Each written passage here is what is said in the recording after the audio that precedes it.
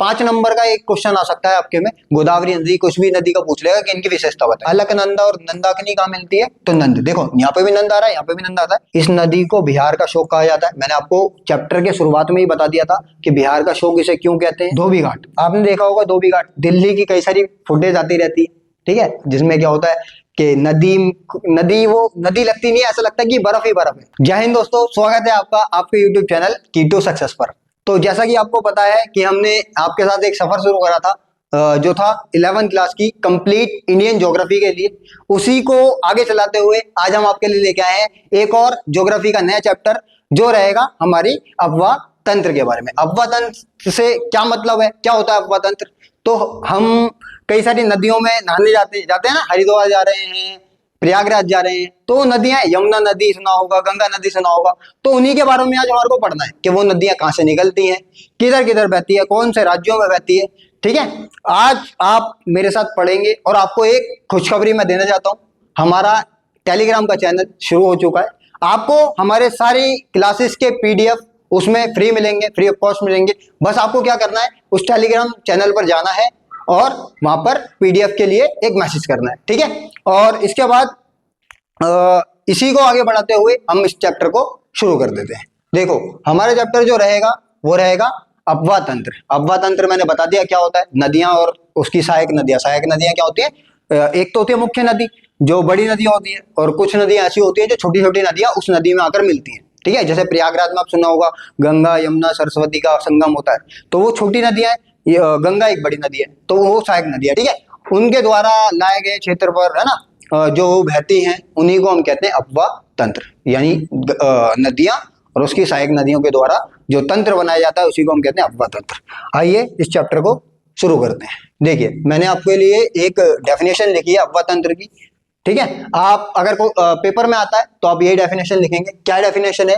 किसी क्षेत्र में नदियां और उनकी सहायक नदियां, बता दिया मैंने। नदियां क्या होती है? मुख्य नदी जो बड़ी बड़ी नदियां होती हैं, और सहायक नदियां क्या होती है? उनकी छोटी नदियां। नदियों का नेटवर्क, यह तंत्र दिखाता है कि बारिश का पानी, पिघलती हुई बर्फ कैसे बहकर नदियों में जाती है और फिर यह समुद्र या झील में मिल जाती है। नदियां जो है बेसिकली दो तरीके से बहती है। एक तो जब बारिश ज्यादा हो, ठीक है, यानी वर्षा के पानी से, और दूसरा इसका सोर्स होता है ग्लेशियर। ग्लेशियर यानी हिमनद, बर्फ के पहाड़। बर्फ के पहाड़ों पर से बर्फ पिघलती है और वो पिघली हुई बर्फ नदियों का आकार ले लेती है। आगे बढ़ते हैं। देखो जलग्रहण क्षेत्र क्या होता है? अब कोई भी नदियां जब बह रही है तो अपना पानी कहीं ना कहीं तो लेके जाएंगी, ठीक है। जैसे उत्तर प्रदेश में, दिल्ली में यमुना नदी बहती है, उत्तर प्रदेश में गंगा नदी बहती है, अन्य कई सारी नदियां भी हैं, ठीक है। तो वही जिस जगह पर वो अपना पानी लेकर जा रही है, गंगा नदियां और उसकी सहायक नदियां, वो सारा इलाका जो कहलाता है उसी को हम कहते हैं, क्या कहते हैं? जलग्रहण क्षेत्र। इसे इंग्लिश में कैचमेंट एरिया कहता है, ठीक है। जहां नदियां अपना जल बहाकर लेके आती है उस क्षेत्र को हम जलग्रहण क्षेत्र कहते हैं। जल विभाजक क्या होता है? देखिए दो नदियां जो बहती है ना, दो नदियां बहती हैं और उनको अलग करने के लिए एक ऊंची भूमि आ जाती है। जैसे एक पहाड़ के साइड में, मतलब जैसे मान लो ये पहाड़ है, ठीक है, इसके साइड में ये नदियां बह रही है और एक नदी ये बह रही है, तो ये जो काम करेगा, ये काम करेगा किसका? जल विभाजक का। जल विभाजक यानी ये रहा, देखो आप पढ़ो, डेफिनेशन पढ़ते हैं। एक अफवाह तंत्र द्रोणी को दूसरे अफवाह तंत्र द्रोणी से अलग करने वाली सीमा को हम क्या कहते हैं? उसी को हम कहते हैं जल विभाजक, ठीक है। भारत की एक जल विभाजक रेखा है, ये देखो वाटर डिवाइडेड लाइन, ये येलो कलर में मार्क है, यही हमारा जल विभाजक रेखा है, ठीक है। यही हमारी जो है वो प्रायद्वीप बंगाल की खाड़ी वाली नदियों को और अरब सागर वाली नदियों को अलग करने का काम करती है। आगे चलते हैं। विसर्जन के आधार पर भारतीय अफवाह तंत्र का वर्गीकरण, ठीक है। विसर्जन के आधार पर, अब ये विसर्जन क्या होता है? देखिए नदियों का उद्गम होता है। उद्गम का मतलब वो स्थान जहां से नदियां बनना शुरू होती है, जहां से बनती है, ठीक है। अब वो नदियां जो है वो बह कर जाएंगी, कई सारे राज्यों में बहेंगी। अपना पानी भी तो कहीं ना कहीं, जैसे आपके घर का पानी नालियों में जाता है, ठीक है, ऐसी नदियों का पानी जो है ना वो बड़े बड़े समुद्र में जाता है, तो वही जो है उसका विसर्जन एरिया, ठीक है। तो इसके आधार पर हमने नदियों को दो भागों में बांटा जाता है, ठीक है, भारतीय नदियों को। एक आता है अरब सागर का अफवाह तंत्र, दूसरा आता है बंगाल की खाड़ी का अफवाह तंत्र, ठीक है। मतलब कुछ नदियां ऐसी हैं जो अरब सागर में अपना पानी गिराती हैं, कुछ नदियां ऐसी हैं जो अपना पानी बंगाल की खाड़ी में गिराती हैं। तो उन्हीं के बारे में हमारे को पढ़ना है। देखिए पहला पॉइंट क्या है, पहला पॉइंट है यह अफवातंत्र दिल्ली, कटक, अरावली, सह्याद्री द्वारा अलग किए जाते हैं। दिल्ली कटक मैंने आपको पढ़ाया था, इससे पिछले चैप्टर में हमने सह्याद्री पर्वत पढ़ा, ठीक है, इससे पहले हमने अरावली पर्वत भी पढ़ा था। तो इनके द्वारा इन को अलग किया जाता है दोनों को, ठीक है। इस जल विभाजक रेखा द्वारा दर्शाया जाता है। जल विभाजक रेखा कौन सी थी, तो ये जल विभाजक रेखा यही है, ठीक है। कुछ नदियां देखो यहाँ पे पानी गिराती है, ऐसे करके बहती हैं, इस ये अरब सागर है, अरेबियन सी, इसे बंगाल की खाड़ी है। कुछ नदियां जो है अपना पानी इस तरीके से ऐसे बहकर यहाँ गिराती है। तो ये कुल अफवाह क्षेत्र का लगभग 77%, मतलब अब ऐसा बात नहीं है कि दोनों में 50-50% होगा, बराबर बराबर नहीं। बंगाल की खाड़ी में जो पानी गिराने वाली नदियां हैं उनकी संख्या भी ज्यादा है और वो ज्यादा पानी गिराती है, वो नदियां भी बड़ी होती है, ठीक है। और अरब सागर में ही इसके विपरीत है, ठीक है। देखिए आप पढ़े, कुल अफवाह क्षेत्र का लगभग 77% भाग बंगाल की खाड़ी में अपना जल विसर्जित करता है। अब कौन सी नदियां आती हैं इसमें, तो गंगा नदी, ब्रह्मपुत्र नदी, महानदी, कृष्णा नदी, कावेरी नदी, गोदावरी नदी। अब नाम तो मैंने आपको बता दिए थे, सारी नदियां आती हैं। इन नदियों के बारे में हम विस्तार से एकदम बहुत अच्छे से जानकारी करेंगे, क्लियर करेंगे, ठीक है। परंतु मात्र 23%, अब 77% यहाँ पर है, हर चीज अपने आप में 100% होती है, तो 23% अरब सागर में गिराएंगी। अब अरब सागर में गिराने वाली कौन सी नदियां हैं, तो इसकी मुख्य नदियां सिंधु, ताप्ती और नर्मदा नदी, ठीक है। सिंधु नदी, नर्मदा नदी, ताप्ती नदी, माही नदी, पेरियार नदी, ठीक है। अन्य आगे चलते हैं उद्गम के स्थान पर। अब हमने विसर्जन के आधार पर तो पढ़ लिया, अब हमारे को पढ़ना है उद्गम के स्थान पर। उद्गम यानी जहां से वो नदियां बनती हैं, शुरू होती हैं, ठीक है। तो उद्गम के इस आधार पर हम जो है भारतीय अफवाह तंत्र को दो भागों में विसर्जित करते हैं। अब ये दो भागों में दो वर्गीकृत करते हैं। अब ये दो भाग कौन से हैं, एक हिमालयन अफवाह तंत्र, एक प्रायद्वीपीय अफवाह तंत्र। हिमालय आपको पता है ये वाली जो श्रेणी है, ठीक है, ये हिमालय वाला, ये हिमालय पर्वत है कुछ इस इलाके में, तो यहाँ से कई सारी नदियों का उद्गम होता है। कौन सी नदियों का होता है वो आगे पढ़ेंगे, बस आप समझ लीजिए। ये जो नदियां है ना, मतलब ये हिमालय पर्वत जो है, यहाँ से कई सारी नदियां निकलती है, यहाँ पर हिमालयन ग्लेशियर है, ठीक है। तो ऐसे करके जैसे गंगा नदी यहाँ से निकलती है, ब्रह्मपुत्र नदी इस तरीके से निकलती है, ठीक है, सिंधु नदी इस तरीके से निकलती है। तो इन नदियों को हम हिमालयन रिवर कहते हैं। और प्रायद्वीपीय अफवाह तंत्र कौन सा है, देखिए आपको पता है विंध्याचल पर्वत जो है उत्तर भारत और दक्षिण भारत का क्या करता है, बंटवारा करता है। तो जितनी भी दक्षिण भारत की नदियां हैं उन्हें हम प्रायद्वीपीय नदियां कहते हैं। आपको प्रायद्वीप के बारे में जानकारी मैंने इससे पिछले चैप्टर में दे दी थी, कौन सा भारत का कौन सा हिस्सा प्रायद्वीपीय भारत कहलाता है। तो ये सारी नदियां कौन सी आती है, इसमें नदियां आती है नर्मदा, सोन, ताप्ती नदी, गोदावरी नदी, महानदी, कृष्ण नदी, अन्य है, ठीक है। आगे दोनों के, और आपके लिए एक क्वेश्चन बनेगा कि हिमालयन अफवाह तंत्र की विशेषता बताएं या फिर प्रायद्वीपीय अफवाह तंत्र की विशेषता बताएं। तो उसके लिए हमने आपके लिए एक बहुत अच्छे से नोट्स बनाए। देखिए हिमालय अफवाह तंत्र की विशेषताएं, ठीक है।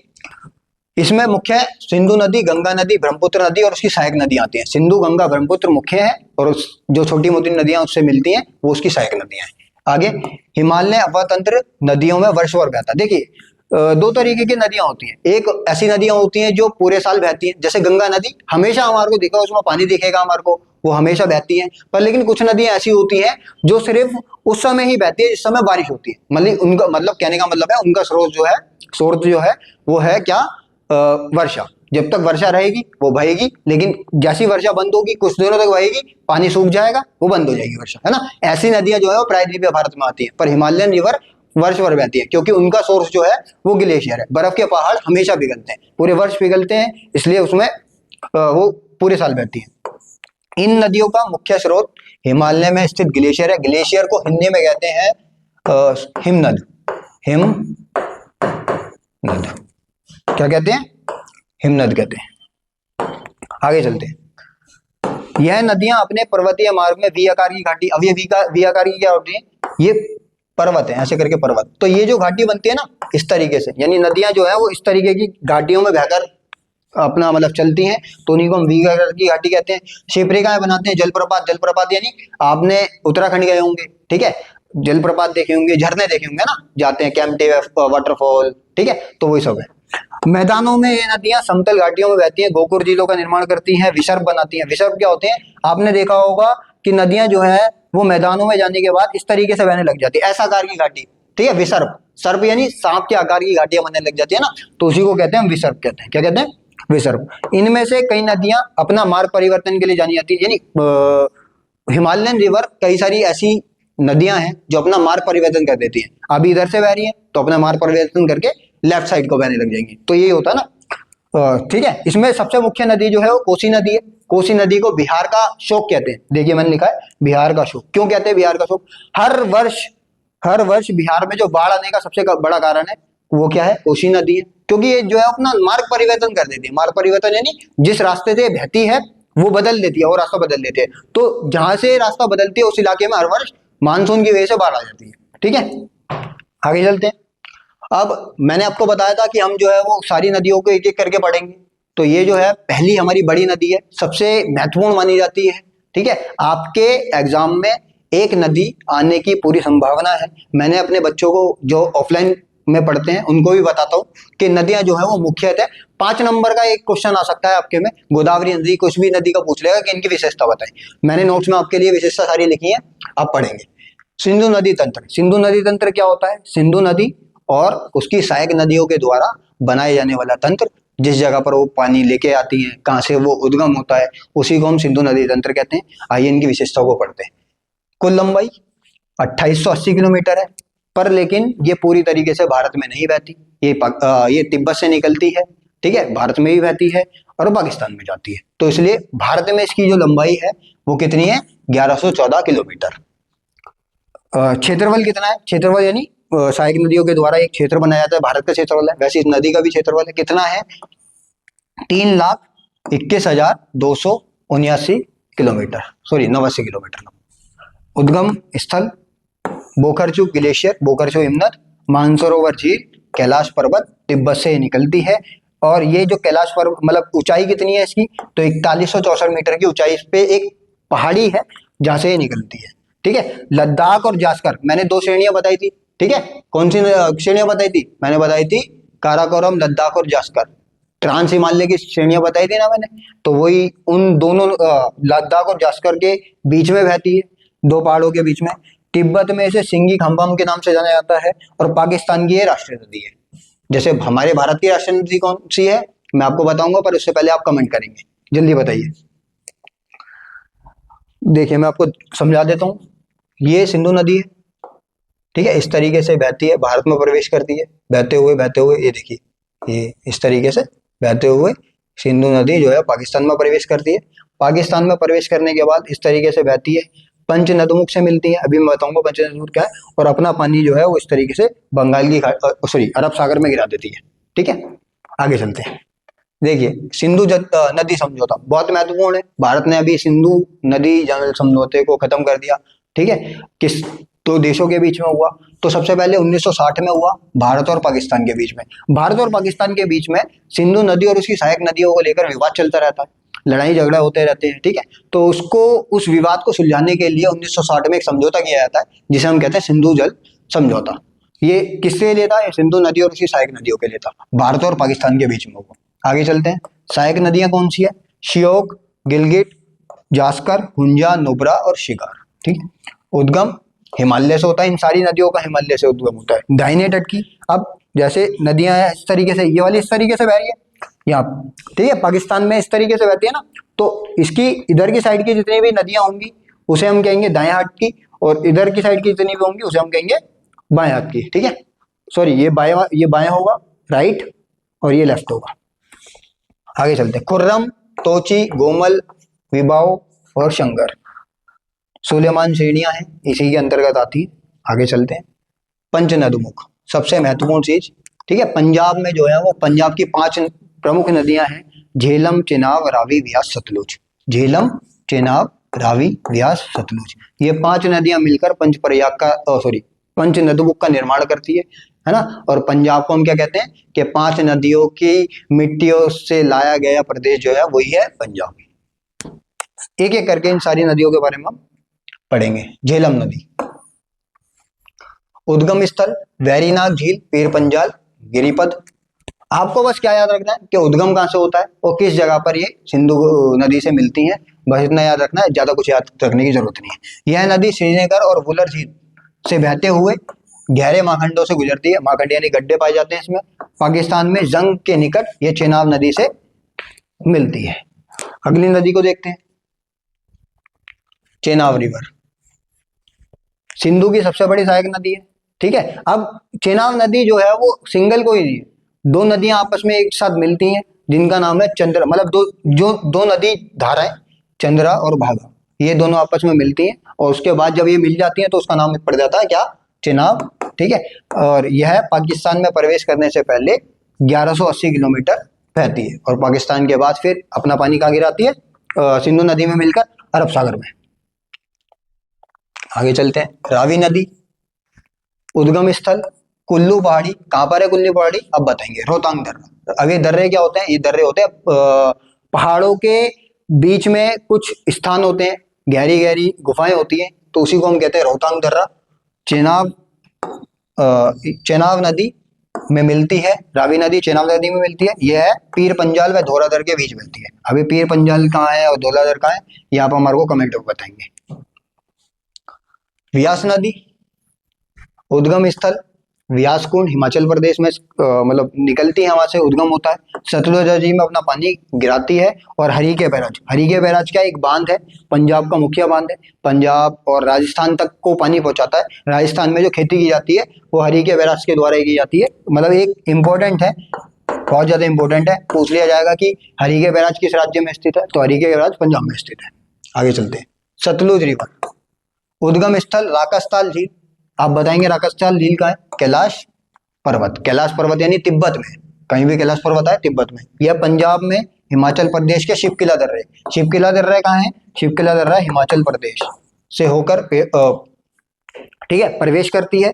भाखड़ा नागल बांध परियोजना जो है वो इसमें ही है, पूछ लिया जाएगा कि भाखड़ा नागल बांध परियोजना किस नदी के ऊपर है और कहाँ पर स्थित है। ठीक है, तो भाखड़ा नागल बांध परियोजना कहाँ पर है, सतलुज रिवर के ऊपर।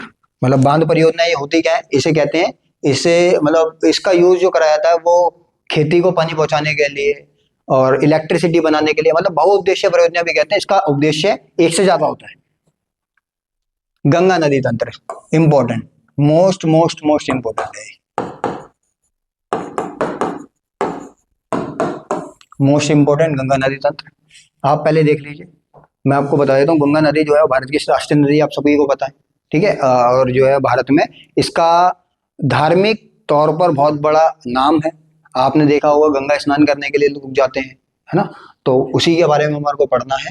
इसका उद्गम स्थल कहाँ सर है, तो इसका गंगोत्री ग्लेशियर उत्तराखंड है, गंगोत्री ग्लेशियर उत्तराखंड से क्या होता है, गंगा नदी का उद्गम होता है। गंगोत्री ग्लेशियर उत्तरकाशी जिला गोमुख और यूके यानी उत्तराखंड, यहाँ से ये निकलती है, यह है। ठीक है, अब गंगा नदी को शुरुआत में गंगा नदी नहीं कहा जाता, ये गंगा नदी इसका नाम बाद में पड़ता है, शुरुआत में इसका नाम होता है भागीरथी। क्या नाम होता है, भागीरथी। और जब भागीरथी यहाँ इसे भागीरथी के नाम से जाना जाता है। जब देव प्रयाग में, ऐसे करके पंच प्रयाग है, वो भी आगे चल के बताऊंगा, तो देव प्रयाग में अलकनंदा से मिलती है और फिर उसके बाद इसका नाम गंगा पड़ जाता है। ये गंगा नदी है, यहाँ से इस तरीके से इसका जो है वो उद्गम हो रहा है और कई भारत के 5 राज्यों में बहती हुई बांग्लादेश में ये नदी जाती है। कहाँ से उद्गम होता है, तो दोबारा बता दूं, गंगोत्री ग्लेशियर उत्तराखंड उत्तरकाशी जिला। ठीक है, गोमुख जिसे हम नाम से कहते हैं, भागीरथी से शुरुआत में नाम इसका भागीरथी होता है, जब ये अलकनंदा से देव प्रयाग में मिल जाती है तो उसका नाम पड़ जाता है गंगा।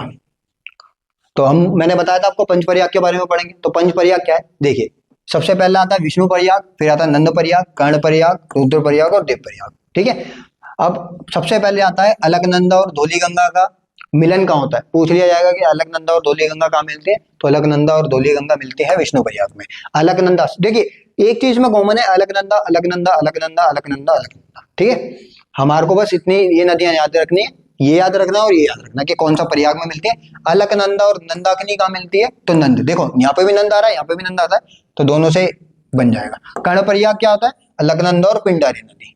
ठीक है, रुद्र प्रयाग का बनता है अलकनंदा और मंदाकिनी, और देव प्रयाग का बनता है, तो मैंने आपको बताया भी अलकनंदा और भागीरथी जहाँ मिलते हैं उसे कहते हैं हम देव प्रयाग। अब आप बताएंगे 6th प्रयाग जो है वो है प्रयागराज। प्रयागराज कहाँ पर है, किस राज्य में पड़ता है प्रयागराज और किन नदियों का यहाँ पर उद्गम होता है, उसके बारे में आप हमारे को कमेंट में आंसर करेंगे। आगे चलते हैं, गंगा नदी के बारे में पढ़ते हैं। गंगा नदी की कुल लंबाई जो है वो 2525 किलोमीटर है। ठीक है, यह नदी जो है वो भारत के 5 राज्यों से गुजरती है और उसके बाद बांग्लादेश में जाती है। कहाँ जाती है? बांग्लादेश में। देखते हैं, देखो यह है भारत की सबसे बड़ी सबसे लंबी नदी है। सबसे बड़ी पूछ ले, सबसे लंबी नदी पूछ ले तो कौन सी है वो? यही है गंगा नदी। यह हरिद्वार आप जब गए, हरिद्वार में ये जो है वो मैदानों में प्रवेश करती है। हरिद्वार के बाद देखिए पहाड़ खत्म हो जाते हैं, तो पहाड़ी प्रदेश जहाँ भी खत्म होता है उसके बाद क्या होता है? उसके बाद पड़ता है मैदानी क्षेत्र। तो हरिद्वार के बाद ये है मैदानों में प्रवेश कर जाती है। यह भारत के 5 राज्यों से होकर गुजरती है। कौन सा? देखिए सबसे पहले उद्गम वाला राज्य कौन सा था? उद्गम वाला राज्य उत्तराखंड। उत्तराखंड के बाद जाएगी ये यूपी में, यूपी के बाद जाएगी ये बिहार में, ठीक है, बिहार के बाद ये जाएगी झारखंड में, और झारखंड के बाद ये जाएगी वेस्ट बंगाल यानी पश्चिम बंगाल, और पश्चिम बंगाल के बाद जाएगी ये दूसरे देश में। कौन सा दूसरा देश? तो बांग्लादेश। ये देख लिए मैंने आपके लिए देख रखा है, उत्तराखंड, उत्तर प्रदेश, बिहार, झारखंड, पश्चिम बंगाल। सबसे ज्यादा कहाँ बहती है? तो सबसे ज्यादा ये उत्तर प्रदेश में बहती है 1450 किलोमीटर, और सबसे कम कहाँ बहती है? झारखंड में बहती है सिर्फ मात्र 40 किलोमीटर। आगे चलते हैं, गंगा नदी को बांग्लादेश में पद्मा के नाम से कहा जाता है। ठीक है, अलग अलग जगह पर अलग अलग नदियों के नाम बदलते रहते हैं, तो बांग्लादेश में गंगा नदी को पद्मा के नाम से जाना जाता है। यह बंगाल की खाड़ी में अपना जल गिराती है। देखिए हमने पढ़ा था ना कि विसर्जन के आधार पर नदियों को 2 भागों में बांटा जाता है, एक अरब सागर की नदियां और एक बंगाल की खाड़ी की नदियां। तो ये अपना पानी कहाँ गिराएगी? बंगाल की खाड़ी में गिराती है। ठीक है, गंगा नदी की प्रमुख सहायक नदियां कौन सी है? तो बाएं हाथ की और दाएं हाथ की दोनों पढ़ेंगे, बाएं तट कह लो या दाएं तट कह लो। यमुना गंगा नदी की सबसे बड़ी सहायक नदी कौन सी है? तो गंगा नदी की सबसे बड़ी सहायक नदियां यमुना नदी है, सोन, हुगली और, ठीक है, हुगली नदी। दाएं हाथ की कौन सी है? रामगंगा, गोमती, घाघरा नदी, गंडक नदी, कोसी नदी। ये कुछ नदियां हैं जो दाएं हाथ की और बाएं हाथ की ट्रिब्यूटरीज है। आगे चलते हैं, देखिए ये इस तरीके से गंगा नदी यहाँ से निकली, ये अलकनंदा और ये क्या कहते हैं भागीरथी, यहाँ देवप्रयाग आया, ऐसे चलिए आगे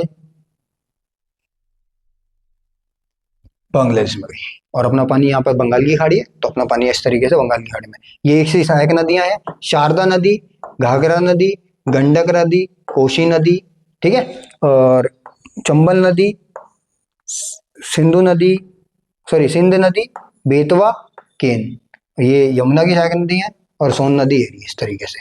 ये सारी नदियां जो है वो, और ये हुगली नदी है, ये सारी नदियां जो है वो गंगा की सहायक नदियां हैं।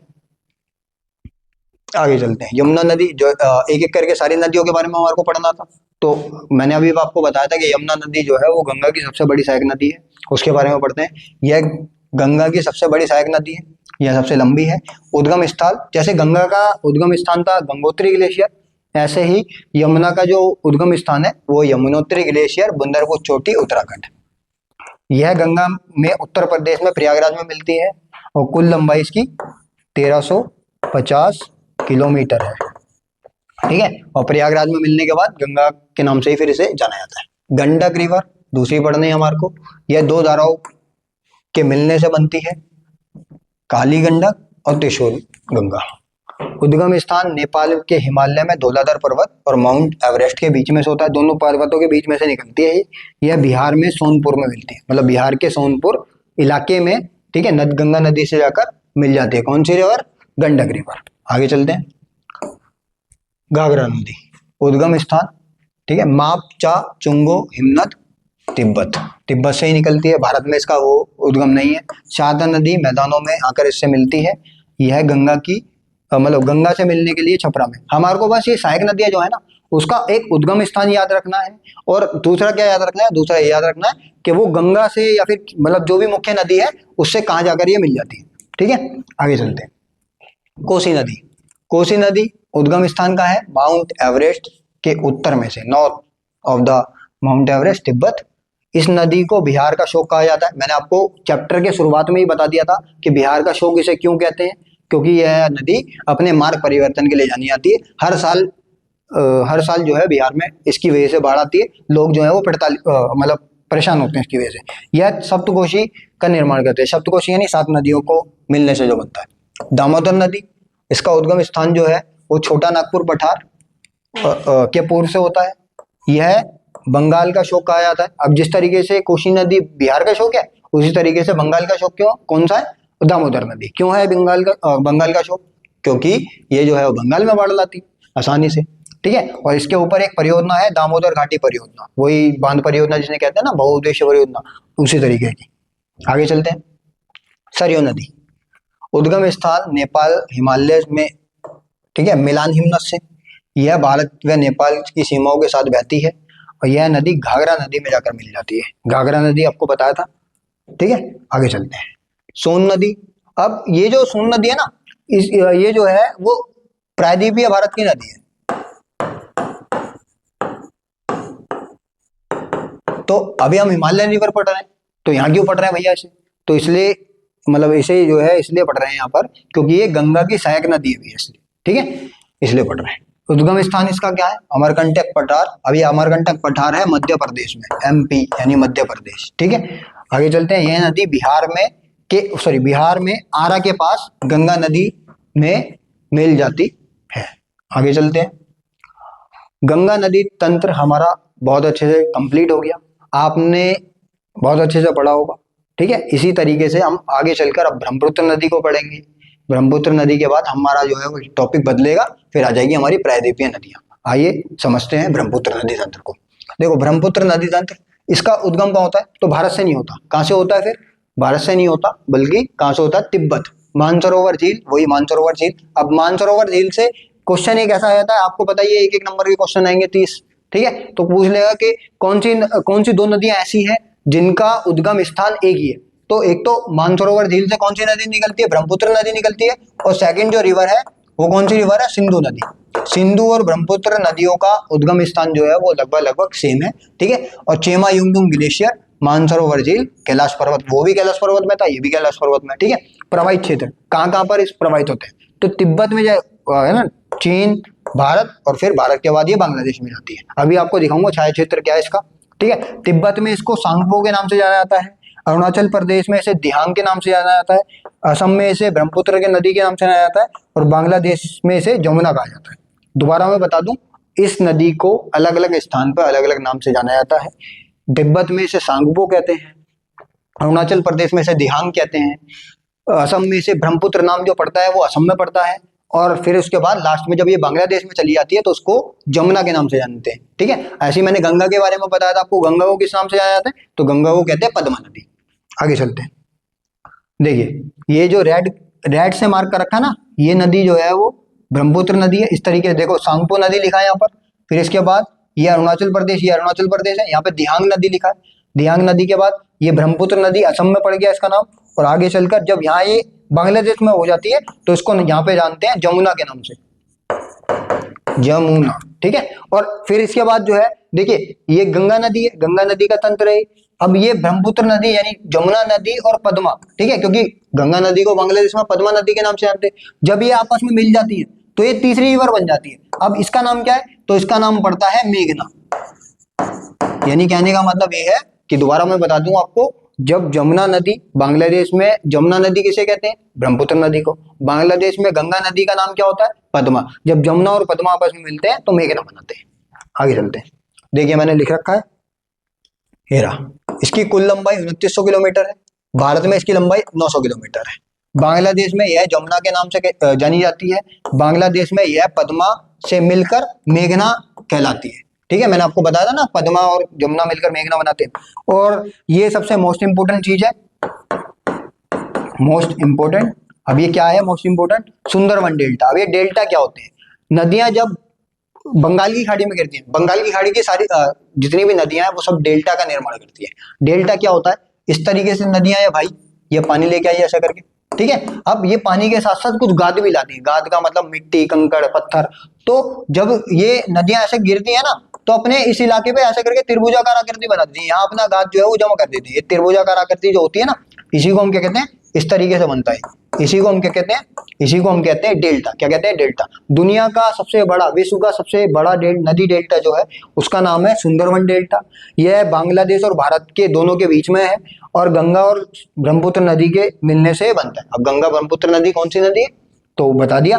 गंगा को इसमें कहते हैं, क्या कहते हैं, पद्मा, और ब्रह्मपुत्र नदी को बांग्लादेश में कहते हैं जमुना। ठीक है, और जब दोनों मिल जाएगी तो क्या बनेगी, तो दोनों में मिल जाएगी तो मेघना बनेगी। और जब मेघना बन जाएगी तो इस कौन से नदी डेल्टा का निर्माण करेगी, सुंदरवन डेल्टा का निर्माण करेगी। ठीक है, आगे चलते हैं। ब्रह्मपुत्र नदी की बाएं हाथ की सहायक नदियां कौन सी है, दिबांग, लोहित और धनसिरी। इसी तरीके से दाएं हाथ की जो दाएं तट की वो है तो सुबनसिरी, मानस और तीस्ता। धनसिरी सुमनसिरी है ना, वैसे ऐसे नहीं पूछेगा, बस सहायक नदी नाम देके पूछ लेगा कि ये जो है वो किस नदी की सहायक नदी है। तो नाम रखो दिबांग, लोहित, धनसिरी, सुबनसिरी, मानस और तीस्ता। और ये भी इंपॉर्टेंट चीज है एक, विश्व का सबसे बड़ा नदी द्वीप। द्वीप के बारे में हमने पढ़ा, भारत के भी द्वीप है, अंडमान निकोबार द्वीप, लक्षद्वीप, मालदीव, सुना है ना। ये मतलब मालदीव भारत का नहीं है, पर अंडमान निकोबार और लक्षद्वीप भारत के। ठीक है, अब ये क्या है, एक नदी का द्वीप है, मतलब नदी जब बहती है ना तो नदी के बीच में एक मिट्टी का एक टीला बन गया है, तो उसी को हम कहते हैं माजुली नदी द्वीप। असम में है और दुनिया का सबसे बड़ा नदी का द्वीप है। आगे चलते हैं। प्रायद्वीपीय अपवाह तंत्र, प्रायद्वीपीय अपवाह तंत्र। देखिए, अभी हमने हिमालयन अपवाह तंत्र के बारे में पढ़ा। मैंने आपको हिमालय अपवाह तंत्र की कुछ विशेषता बताई थी। क्या विशेषता थी कि इनका जो स्रोत था, स्रोत का मतलब कहाँ से निकलती थी, तो मुख्यतः स्रोत इसका था क्या, हिमनद यानी ग्लेशियर। दूसरी चीज ये वर्ष भर बहती थी। तीसरी चीज डेल्टा का निर्माण करती थी। चौथी चीज क्या होती थी, इनकी लंबाई जो होती थी वो थोड़ी सी लंबी रहती थी। पर इसके विपरीत हम प्रायद्वीपीय नदी को जब पढ़ते हैं तो इसके बारे में हम क्या पढ़ते हैं, इसके बारे में हम पढ़ते हैं कि यह जो है वो हिमालयन रिवर से पुराना है। ठीक है, इसकी नदियां वर्ष भर नहीं बहती। ठीक है, ये रहा, देखो यहाँ से निकलने वाली नदियां वर्ष भर नहीं बहती, नहीं मतलब एक नदी इसका अपवाद है, पर सारी नदियां वर्ष भर नहीं बहती। यह विसर्ग का निर्माण नहीं करती, विसर्ग का निर्माण नहीं करती। विसर्ग का निर्माण का मतलब मैंने बताया था ना कि मैदानों में प्रवेश करने के बाद नदियां कुछ इस तरीके से ऐसा आकार के बहती है, तो प्रायद्वीपीय नदियां इस तरीके से नहीं बहती। पश्चिमी घाट जल विभाजक का कार्य करता है, यानी कहने का मतलब ये है, ये इलाका है भारत का, इस यहाँ पर पश्चिमी घाट पर्वत है, तो ये नदियां इस तरीके से यहाँ बहती हैं। अपना पानी कहाँ गिराएंगे, बंगाल की खाड़ी में गिराएंगे। पर कुछ नदियां ऐसी भी हैं जो अपना पानी कहाँ गिराती हैं, वो अपना पानी गिराती है अरब सागर में। अभी अरब सागर में देखिए, यहाँ से एक नदी जाती है, यहाँ छोटी छोटी नदियां गिराती है अपना पानी अरब सागर में, और दूसरी चीज ताप्ती नदी वो इधर है। अब ये जो जल विभाजक का कार्य है, जल विभाजक मैंने क्या बताया था, जो दो नदी द्रोणी को अलग करने का काम करे उसी को जल विभाजक कहते हैं। तो प्रायद्वीपीय नदी के लिए जल विभाजक का काम कौन करता है, तो पश्चिमी घाट पर्वत। पश्चिम और पूर्व की ओर बहने वाली नदियों के बीच में स्थित है। यह नदियां अपने निश्चित मार्ग पर बहती हैं। अब मैंने आपको पढ़ाया था कि हिमालयन रिवर जितनी भी होती हैं वो अपने मार्ग परिवर्तन के लिए जानी जाती है, पर प्रायद्वीपीय नदी अपना मार्ग परिवर्तन नहीं करती, ये निश्चित इलाके में बहती है। इसकी मुख्य नदियां कौन सी, चंबल, सिंध, बेतवा, केन, सोन, महानदी, गोदावरी, कृष्णा, कावेरी और ये आदि। आगे चलते हैं। देखिए ये कौन कौन सी नदियां मैं आपको दिखा देता हूँ। देखिए ये गोदावरी नदी है, इस तरीके से गई, अपना पानी जो है वो बंगाल की खाड़ी में गिरा दिया। कृष्णा नदी इस तरीके से गई, अपना पानी जो है वो कहाँ गिरा दिया, बंगाल की खाड़ी में गिरा दिया। ठीक है, कावेरी नदी ये इस तरीके से गई, अपना पानी बंगाल की खाड़ी में गिरा दिया। पर नर्मदा नदी यहाँ से निकली, ये गई, अपना पानी अरब सागर में गिराया। ठीक है, सॉरी, ताप्ती नदी ये गई, अपना पानी इधर गिरा। पेन गंगा, वेन गंगा, इसके बारे में पढ़ना नहीं है। और ये महानदी, और सुन लीजिए, अपना पानी बंगाल की खाड़ी में गिराती है। मतलब कुछ नदियां जो है अपना पानी बंगाल की खाड़ी में गिराती है, कुछ नदियां अपना पानी जो है वो अरब सागर में गिराती है। अब एक चीज याद रख लेना, जितनी भी नदियां यहाँ गिरेंगी वो क्या बनाएंगी, डेल्टा बनाएंगी, डेल्टा। और जितनी भी नदियां यहाँ बनाएंगी उसे कहेंगे ज्वार नद मुख। ये मैंने उसमें नहीं लिखा है, आपके नोट्स में नहीं लिखा है, तो आप यहाँ से उतार सकते हैं कि जितनी भी नदियां बंगाल की खाड़ी में गिरती हैं वो सारी नदी डेल्टा बनाती हैं, और जितनी भी नदियां अरब सागर में गिरती हैं वो ज्वार नदमुख का निर्माण करती हैं। आगे चलते हैं, एक एक करके प्रायद्वीपीय नदी तंत्र की सारी नदियों को हमारे को पढ़ना है। सबसे पहले आती है महानदी। महानदी कहाँ से निकलती है, तो सिहावा पहाड़ी, रायपुर, और रायपुर कहाँ पर है, छत्तीसगढ़ में। लंबाई इसकी 800 51 किलोमीटर। अब वहां हम पढ़ रहे थे 2900 किलोमीटर, 2500 किलोमीटर लंबी लंबी नदियां, पर यहाँ पर जो है वो नदियों का आकार थोड़ा सा छोटा हो जाता है। इसका जलग्रहण क्षेत्र जो है वो 1.42 लाख किलोमीटर है, लाख किलोमीटर। उड़ीसा में होते हुए ये अपना पानी जो है बंगाल की खाड़ी में गिरा देती है। मैंने आपको बता दिया था हिमालय मतलब जो महानदी है वो अपना पानी। और एक चीज और ध्यान रखें, इंपॉर्टेंट चीज जो यहाँ पर हम जो है स्किप कर दिया, वो क्या है, इस महानदी के ऊपर एक बांध है ना, दुनिया का नहीं सॉरी भारत का सबसे लंबा बांध। अभी कौन सा बांध है, तो इसे कहते हैं हीराकुंड बांध। हीराकुंड बांध भारत का सबसे लंबा डैम हीराकुंड कहाँ पर है, तो उड़ीसा में स्थित है। अगली नदी गोदावरी नदी है। गोदावरी नदी, गोदावरी नदी कहाँ है, इसका उद्गम जो है नासिक महाराष्ट्र से होता है। यह जैसे हमने पढ़ा भारत की सबसे लंबी नदी कौन सी है, तो भारत की सबसे लंबी नदी गंगा नदी है। पर लेकिन मैं बोलूं प्रायद्वीपीय भारत की सबसे बड़ी नदी कौन सी है, तो प्रायद्वीपीय भारत की सबसे बड़ी नदी कौन सी है, तो वो है गोदावरी नदी। कुल लंबाई इसकी कितनी है, 1465 किलोमीटर है। इसे दक्षिण की गंगा कहते हैं। किसे कहते हैं, दक्षिण की गंगा। पूछ लिया जाता है कि 1 नंबर में कि कौन सी नदी दक्षिण की गंगा नदी कहलाती है। जलग्रहण क्षेत्र कितना है, 3.13 लाख वर्ग किलोमीटर। इसका विस्तार यानी किस किस राज्य से होकर ये अपना पानी गुजारती है, तो महाराष्ट्र, तेलंगाना और आंध्र प्रदेश। महाराष्ट्र से तो उसका उद्गम ही है। सहायक नदियां कौन सी है, पेनगंगा, वेदगंगा, वर्धा, इंद्रावती, प्राणहिता, मंजीरा और प्रवरा। ये कुछ इसकी सहायक नदियों के बारे में। सहायक नदियां यानी छोटी नदियां जिनके बारे में हमने पढ़ा था। आगे चलते हैं, कृष्णा नदी, ठीक है, प्रायद्वीपीय भारत की दूसरी सबसे बड़ी नदी इसे कहते हैं। उद्गम स्थान महाबलेश्वर चोटी, महाराष्ट्र से ही होता है। प्रायद्वीपीय भारत की दूसरी सबसे बड़ी नदी, पहली सबसे बड़ी नदी मैंने बता दिया गोदावरी थी। इसकी कुल लंबाई कितनी है, तो 1401 किलोमीटर। 1401 किलोमीटर इसकी कुल लंबाई है। विस्तार कहाँ है, महाराष्ट्र, कर्नाटक, केरल और आंध्र प्रदेश, इन राज्यों में बहती है। और इसकी प्रमुख सहायक नदियां कौन सी है, कोयना, तुंगभद्रा, भीमा, घाटप्रभा, मालप्रभा। प्रभा इसी मतलब प्रभा, ठीक है, और कोयना, तुंगभद्रा, भीमा, ये कुछ सहायक नदियां हैं इसकी। आगे चलते हैं, कावेरी नदी, उद्गम स्थल ब्रह्मगिरी चोटी, महाराष्ट्र, सॉरी ब्रह्मगिरी चोटी कर्नाटक, ये कर्नाटक होगा, महाराष्ट्र काट दीजिए, कर्नाटक लिखना है। ब्रह्मगिरी चोटी कर्नाटक, इससे मतलब यहाँ से जो है इसका उद्गम होता है। इसकी कुल लंबाई जो है वो 800 किलोमीटर है।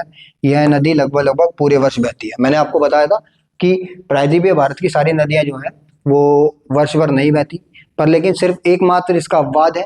कौन सी नदी है वो नदी है कावेरी नदी। कावेरी नदी जो है वो पूरा वर्ष अपना पानी बहाती है। इसका कारण क्या है, इसका कारण है मानसून वाली वर्षा, क्योंकि दोनों तरीके के मानसून, दक्षिण पश्चिमी मानसून और लौटते हुए मानसून, दो तरीके के मानसून इस जगह पर बारिश करते हैं। ठीक है, इसका विस्तार जो है वो कर्नाटक से तो निकल ही रही है, केरल, तमिलनाडु, ठीक है। और ये एक बात ध्यान रखना, ये महाराष्ट्र से नहीं निकलती, ये जो है वो कर्नाटक से निकलती है, ये गलत कर रहे हैं आप। सहायक नदियां कौन सी है, तो काबिनी, भवानी, अमरावती, तीनों का नाम याद रखिए, इंपोर्टेंट लीजिए, मैंने ज्यादा लिखी। नर्मदा नदी, उद्गम स्थान अमरकंटक पठार, मध्य प्रदेश में होता है, बता ही दिया था मैंने। अब ये नदी जो है वो देखिए, सारी अभी तक हमने जितनी भी नदियां पढ़ी ना लगभग जो है वो जैसे यहाँ से निकल रही है तो अपना पूर्व की ओर बह रही है, यानी अपना पानी जो है बंगाल की खाड़ी में गिर रही है। पर ये नदी देखिए, मैं आपको बता देता हूँ कौन सी नदियां इस तरफ बहती है, इस तरफ, यहाँ तीर बन रहा है, तो यानी इस तरफ का मतलब पश्चिम की ओर बहती है। तो सिंधु नदी मुख्य आती है इसमें, सिंधु। बड़ी नदियों के बारे में बता रहा हूँ मैं, सिंधु नदी, नर्मदा नदी, ताप्ती नदी, ताप्ती कह लो या तापी कह लो, एक ही बात है। तो ये नदी जो है वो कैसे बहती है, ये बहती है पूर्व से पश्चिम की ओर बहती है।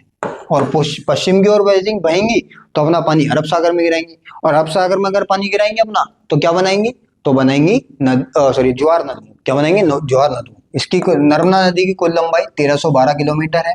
यह अपना पानी अरब सागर में गिराती है, मैंने बता दिया। यह ज्वार नदमुख का निर्माण करती है। यह मतलब इसका विस्तार जो है वो मध्य प्रदेश, महाराष्ट्र और गुजरात है। सहायक नदियां कौन सी है, बंजारा, बरना और तवा। सरदार सरोवर बांध परियोजना इसी नदी पर स्थित है। नोट्स आप इसी तरीके से बनाएंगे, शॉर्ट नोट्स कहते हैं ना। ताप्ती नदी, उद्गम स्थान मुल्ताई पहाड़ी, बैतूल जिला मध्य प्रदेश, दोबारा निकलते हैं ना, एमपी का मतलब मध्य प्रदेश। इसकी कुल लंबाई 724 किलोमीटर, विस्तार जो है वो मध्य प्रदेश, महाराष्ट्र और गुजरात में। अच्छा दोबारा मैं बता दूं, ये नदी भी कैसे बहती है, तो ये नदी भी पूर्व से पश्चिम की ओर बहती है। ठीक है, पानी कहाँ गिराएगी, पानी अपना गिराएगी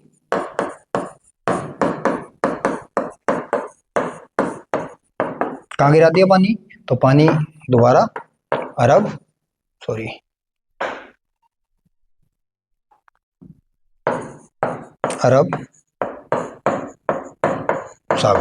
सागर में अपना पानी गिराती है। ठीक है, यह ब्रंज घाटी बहती है। ब्रंज घाटी क्या है, जो नवीन वलित पर्वत नहीं, जो पुराने पर्वत है, टूटे फूटे पर्वत लगभग।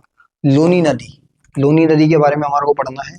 ठीक है, अब जब मैंने आपको जब मरुस्थल के बारे में बताया था इससे पिछले चैप्टर में, तो मैंने बताया था कि लूनी नदी जो है वो एकमात्र राजस्थान की नदी है, या मुख्य नदी जो है वो एकमात्र लूनी नदी है। ठीक है, अरावली पर्वत के पश्चिम से निकलती है राजस्थान। ठीक है, यह नदी जो है वो रण के कच्छ में मिल जाती है, और यह राजस्थान का सबसे बड़ा नदी तंत्र है। राजस्थान की एकमात्र सबसे बड़ी नदी कौन सी है, तो वो नदी है कौन सी, लूनी नदी। आइए आगे चलते हैं। नदी जल के उपयोग की सीमा। अब ये नदी जल का उपयोग हम करते हैं, नदी जल का उपयोग, पर क्या सभी लोगों को बराबर बराबर मात्रा में नदी का यूज मिल रहा है? आपने कई बार आप बाहर गए होंगे, आपने देखा होगा कि किसी चीज के घर में पानी नहीं आता। ठीक है, या फिर आता है तो 2 दिन में एक बार, 1 दिन में एक बार आपके घर में। ठीक है, आप बताएंगे कि आता है नहीं आता। कई बार कई बस्तियां जाते हैं, बस्तियां नहीं, ऐसी इलाका जहाँ पर लोग, जनसंख्या ज्यादा होती है, उनको हमने देखा सड़कों पे और लाइन लगाते होते हैं, नलों के आगे लाइन लगा रहे हैं। तो इसकी नदी के जल की उपयोग की एक सीमा है, हर कोई व्यक्ति के पास तक ये नहीं पहुंचता। कई राज्य भारत में ऐसे हैं जहाँ पर नदी का जल जो है वो आसानी से पहुंच जाता है, पर कई सारे राज्य ऐसे हैं जहाँ पर नदी एक भी नदी नहीं बहती। तो उन चीजों के बारे में हमारे को पढ़ना। देखिए पहला इसका पॉइंट क्या कहता है, पहला पॉइंट है भारत में नदी के जल का विस्तार असमान है। असमान का मतलब मैंने बता दिया, कई राज्यों में नदी का जल बहुत सारा है और कई राज्यों में जल की बहुत कमी है। जैसे राजस्थान इसका एक बहुत जीता जागता उदाहरण है, वहां पर एकमात्र नदी है लूनी नदी, वो भी खारे पानी की नदी है, जिसका उपयोग दैनिक जीवन में नहीं कर सकते। ठीक है, दूसरा पॉइंट पढ़े, भारत में कई नदियों में शुष्क ऋतु में बहुत कम जल होता है। जैसे मैंने बता दिया प्रायद्वीपीय भारत में नदियां कब बहती है, तो प्रायद्वीपीय भारत में नदियां सिर्फ मानसून ऋतु में बहती है, जब वर्षा जाए। ठीक है, कभी कभी नदियों का जल बाढ़ में व्यर्थ हो जाता है। आपने देखा होगा कई सारा नदी का जल जो है वो मतलब हर वर्ष बाढ़ आती है भारत में, भारत क्या लगभग सभी देशों में हर वर्ष बाढ़ आती है। तो कई सारा जल जो है वो समुद्र में उन बाढ़ की वजह से जो है बह जाता है, जिसका यूज हम नहीं कर पाते, व्यर्थ हो जाता है। आगे चलते हैं। भारत में ऐसा भी देखा जाता है कि किसी किसी राज्य में बाढ़ है, परंतु दूसरा ही उसके विपरीत राज्य है जो सूखा पड़ा हुआ है, जहां पर लोग जो है वो पानी के लिए तरस रहे हैं। तो इसी सीमा का मतलब ये हो गया कि जल का जो है वो हम लोगों में बराबर का बंटवारा नहीं है। किसी व्यक्ति को आसानी से घर में बैठे हुए जल मिल जाता है, पर कई लोगों को वो जल प्राप्त करने के लिए अपने घरों से बहुत दूर जा जाकर वो पानी भर के लेके आना पड़ता है। ठीक है, तो उसी के बारे में हमने बात कर ली। आगे चलते हैं। नदी जल के उपयोग से संबंधित समस्या क्या है। देखिए, पर्याप्त मात्रा में जल उपलब्ध ना होना, यानी सबको जो है वो बराबर मात्रा में जितना उन्हें चाहिए उन्हें उतना नहीं मिल पा रहा। नदी प्रदूषण जो है वो आज देखा जा रहा है। यमुना नदी, जिसे हम खुला नाला भी कहते हैं, क्या कहते हैं, खुला नाला, देख रहे हैं कितनी ज्यादा प्रदूषित हो गई है। अब उसका पानी जो है वो पीने योग्य नहीं रहा। गंगा नदी लगभग प्रदूषण होता जा रहा है, उसमें बढ़ता ही जा रहा है। भारत की कई सारी नदियां ऐसी हो गई हैं जो एकदम, जिनका पानी एकदम खराब हो गया है। राज्य जो है वो सरकारें आपस में लड़ाई करती हैं एक दूसरे से, है ना, कि ये मतलब इसका जो कारण है वो दिल्ली सरकार है या फिर हरियाणा सरकार है, कुछ भी है, तो ये चलता रहता है। तो वही है। आगे, नदी के जल में गाद का मतलब जब ये मिट्टियां अपने संग लेके आती है तो उसका पानी जो है वो पीने योग्य नहीं रहता। ऋतुवन जल का असमान प्रवाह और राज्यों के बीच में नदी जल का विवाद। मैंने बता दिया आपको कि कई सारी मतलब नदियां हैं, जैसे गंगा नदी है, यमुना नदी है। यमुना नदी को लेकर जो है, जैसे यमुना नदी के बारे में बात करते हैं, यमुना नदी, तो यमुना नदी को लेकर जो है वो किन राज्यों के बीच में विवाद है, तो एक UP plus Delhi plus Haryana, ठीक है। तो ये जो है वो तीनों राज्य आपस में यमुना नदी के पानी को लेकर लड़ाई करते हैं। ये कहते हैं कि यमुना नदी की आज जो दशा है वो दिल्ली की वजह से है, या फिर हरियाणा की वजह से है, या फिर उत्तर प्रदेश की वजह से है।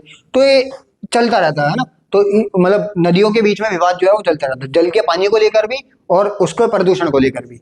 आगे चलते हैं। देखिए, नदी जल प्रदूषण के कारण, अच्छा किन कारणों की वजह से पूछा जाता है आपसे कि किन कारणों की वजह से नदी का जल प्रदूषित होता जा रहा है। तो कुछ कारण तो रहे होंगे। पहला कारण क्या है? अस्थियां विसर्जन। आपने कई सारे देखे होंगे, कई सारे शमशान घाट, ठीक है, कई सारे शमशान घाट नदी के तट पर ही स्थित होते हैं। और जो लोगों के मतलब हिंदू धर्म में जैसे लोगों की बॉडी को जलाया जाता है, उसके बाद उसकी अस्थियों को इकट्ठा करने के बाद नदियों में बहा दिया जाता है, तो उसका एक मुख्य कारण जो है, उसकी वजह से नदियां जो है वो काफी ज्यादा प्रदूषित हो जाती है। दूसरा धार्मिक कारण। धार्मिक कारण में भी क्या होता है? विसर्जन सुना होगा आपने, ठीक है, विसर्जन सुना होगा ना। क्या होता है ये विसर्जन? विसर्जन का मतलब है कि मूर्तियां, आपने देखा होगा मूर्तियां, धार्मिक चीजें, मालाएं और कई सारी मतलब भगवानों से जुड़ी हुई कई सारी चीजों को नदियों में ऐसे करके बहा दिया जाता है। उसकी वजह से नदी का पानी जो है वो कई सारा, ये मूर्तियां जो बनाई जाती हैं वो कई सारे केमिकलों को मिला है ना, फिर वो घुलती नहीं है पानी में, और पानी में घुलती नहीं है तो नदियों के तट पर गंदगी प्रदूषण देखने को मिलता है। तो ये धार्मिक कारक क्रियाकलाप जो है उसका। औद्योगिक अपशिष्ट। देखिए, उद्योग जो है, उद्योग देखा होगा, उद्योगों में से एक बहुत ज्यादा केमिकल निकलता है, रासायनिक पदार्थ निकलते हैं। वो रासायनिक पदार्थ जो है वो नालियों में या नदियों में बहा दिए जाते हैं, ठीक है। और जब वो केमिकल पदार्थ नदियों में बहाए जाएंगे तो नदी के जल की जो गुणवत्ता होती है, गुणवत्ता यानी उसकी जो क्या प्योरिटी जो होती है, क्वालिटी जो होती है, वो एकदम नष्ट हो जाती है, खराब हो जाती है। वो नदी जो है वो प्रदूषित हो जाती है, और आगे चलकर उसमें हमारे लिए तो ये खतरा है ही। इसके अलावा जलीय जीवन जो होता है ना, जलीय जीव यानी न मछली, मगरमच्छ, इन लोगों को मतलब इन जानवरों को भी इससे बहुत ज्यादा प्रभाव होता है। धीरे धीरे कई भारत की कई सारी नदियां तो ऐसी हैं जिसमें एक भी मछलियां नहीं पाई जाती। कारण क्या है? प्रदूषण के कारण। आगे चलते हैं। धोबी घाट। आपने देखा होगा धोबी घाट, दिल्ली की कई सारी फुटेज आती रहती है, ठीक है, जिसमें क्या होता है कि नदी नदी वो नदी लगती नहीं है, ऐसा लगता है कि बर्फ ही बर्फ है, पर वो बर्फ होती ही नहीं है। वो क्या होता है? वो झाग होते हैं। वो अब ये झाग ये कौन है? ये धोबी घाट। धोबी घाट का मतलब क्या होता है कि ऐसे कुछ घाट बनाए जाते हैं जहाँ पे कपड़े धोने का काम कराता है उसी नदी से। उसकी वजह से नदी के जल का जो पानी होता है, जल, नदी का जो जल होता है वो काफी ज्यादा प्रदूषित हो जाता है, नदी एकदम नष्ट हो जाती है। तो इस पर रोक लगाई जानी चाहिए।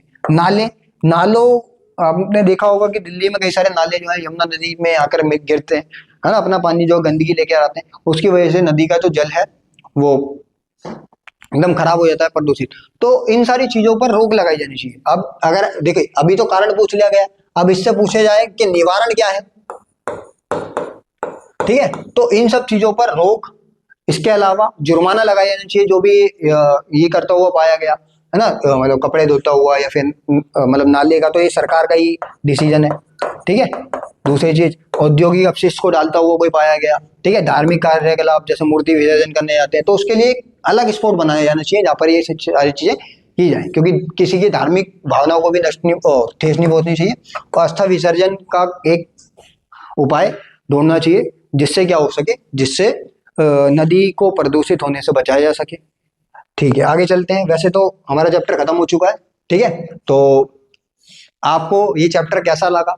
हमने बहुत अच्छे से पूरी वीडियो को देखा और पढ़ा, ठीक है, नदियों के बारे में जानकारी ली कि कौन सी नदी है, कहाँ से निकलती है, क्या उसका उद्गम स्थान है, क्या उसका एंड पॉइंट है। एंड पॉइंट का मतलब कहाँ वो अपना जल गिराती है, कौन सी नदी आर्थिक दृष्टि से हमारे लिए जरूरी है। जैसे गंगा नदी जो है वो काफी ज्यादा धार्मिक भावना रखती है ना, भारत में उसका जो है धार्मिक मान्यता बहुत ज्यादा है, ठीक है। तो वो सारी चीजें हमने पढ़ ली, ठीक है। मैं जानता हूं कि आपने बहुत अच्छे से जाना होगा सब कुछ चीज, ठीक है। और ये जो इस पूरी वीडियो के हमारे नोट्स हैं, हमारे टेलीग्राम चैनल पर आपको जरूर मिलेंगे, जिसका लिंक हमारे यूट्यूब वीडियो के डिस्क्रिप्शन में आपको मिल जाएगा। वहां आपको जाना है और एक मैसेज कर देना है, टाइप करना है कि पीडीएफ, आपको हम पीडीएफ प्रोवाइड कर देंगे। और धन्यवाद। ऐसी ही नई नई वीडियो को जानने के लिए, समझने के लिए, पढ़ने के लिए हमारे यूट्यूब चैनल को सब्सक्राइब करें। इस वीडियो को ज़्यादा से ज़्यादा पहुँचाएं, लाइक करें, शेयर करें। थैंक यू, धन्यवाद।